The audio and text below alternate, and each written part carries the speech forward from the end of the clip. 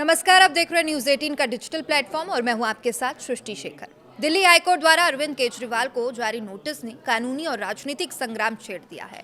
BJP इसे अपनी नैतिक जीत मान रही है, जबकि आम आदमी पार्टी इसे महज एक सामान्य अदालती प्रक्रिया बता रही है। अब कानूनी तौर पर हाईकोर्ट ने निचली अदालत के फैसले को रद्द नहीं किया है, बल्कि सीबीआई की याचिका पर जवाब मांगा है। फिलहाल ये एक प्रक्रियात्मक बढ़त है, जिसे किसी भी पक्ष की पूर्ण जीत कहना जल्दबाजी होगी।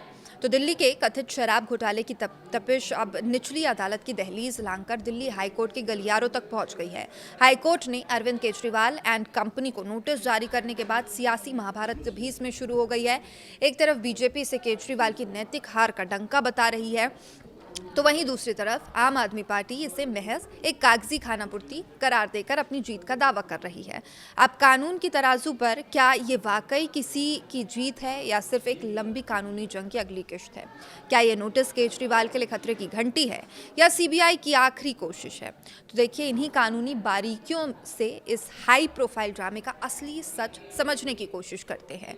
तो देखिए, सबसे पहला सवाल तो ये है कि क्या नोटिस जारी होने का मतलब निकल कर सामने आएगा। तो देखिए, कानून के अनुसार जब कोई पक्ष निचली अदालत के किसी फैसले को हाईकोर्ट में चुनौती दे देता है, तो हाईकोर्ट तुरंत कोई फैसला नहीं सुनाता और कुछ मतलब 401 धारा या 482 धारा के तहत अदालत दूसरी पार्टी को अपना पक्ष रखने का मौका देता है और इसे ही नोटिस जारी करना कहते हैं।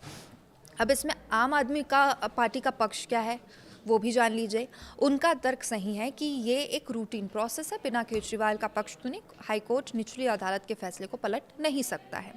अब इसमें बीजेपी का पक्ष ये है, उनका दावा है कि अगर याचिका में दम नहीं होता तो कोर्ट इसे पहली सुनवाई में ही खारिज कर देता है। नोटिस जारी होने का मतलब है कि कोर्ट को मामले में मेरिट नजर आया है। अब निचली अदालत के फैसले को चुनौती देने का कानून के मुताबिक ट्रायल कोर्ट का फैसला अंतिम नहीं होता। यदि जांच एजेंसी यानी सीबीआई को लगता है कि निचली अदालत के तथ्यों को नज़रअंदाज किया गया है या कानून की व्याख्या गलत है, तो वो इसका पुनरीक्षण याचिका दाखिल कर सकती है। तो देखिए, क्या निचली अदालत ने अपनी शक्तियों का सही इस्तेमाल किया है, ये भी समझते हैं। तो देखिए, क्या जमानत या राहत देते समय पीएमएलए या भ्रष्टाचार निरोधक कानून की सख्त धाराओं की अनदेखी की गई है? ये एक सवाल उठ रहा है। अब धाराओं का खेल समझिए कि कानून क्या कहता है। शराब घोटाले में भ्रष्टाचार निवारण अधिनियम यानी कि प्रिवेंशन ऑफ करप्शन एक्ट की धाराएं लगी है।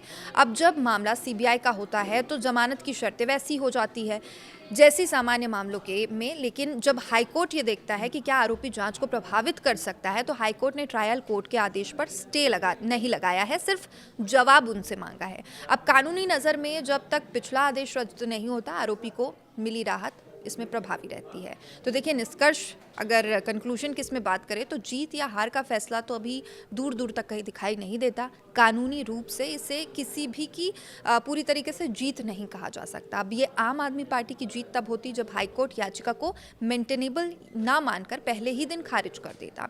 अब इसमें बीजेपी का कहना है कि इसमें मेरिट्स दिखाई दे रहे हैं, इसीलिए आदेश भी जारी किया गया है। तो देखिए, इसमें आगे क्या अपडेट होगा, उसके लिए आपको देखते रहना होगा न्यूज़ 18। नमस्कार।